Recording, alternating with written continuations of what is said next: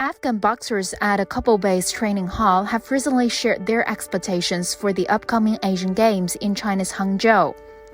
بله ما می‌خوایم که در این مسابقات آسیایی همچون جهانی اشتراک کنم و بیرق افغانستان رو به اهتزاز در بیارم و این یک افتخار کلان است که یک بکسر از آسیا یا از جهان یک مدال بیاره و او هم طلا باشه. تشکری خاص از کشور چین که چنین مسابقات را برگزار میکنه و ما کسب سهمیه میده که تا اونجا بریم و مدال زیاد کسب کنیم. For those who are making last push ahead of the Asian Games, they said they are setting their sights on both medals and personal growth.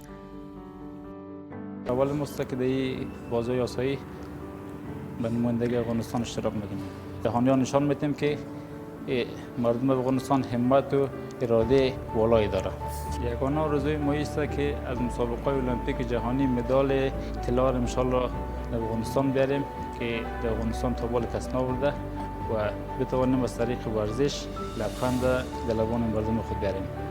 نی هاوس هانگزو مسابقات آسیایی که گفتن در کشور چین در شهر خانجو این مسابقات دایر میشه، حتما یک شهر زیبا و خوبتر است. شهر باشه که مردمش علاقمند زیاد با ورزشش داشته باشه.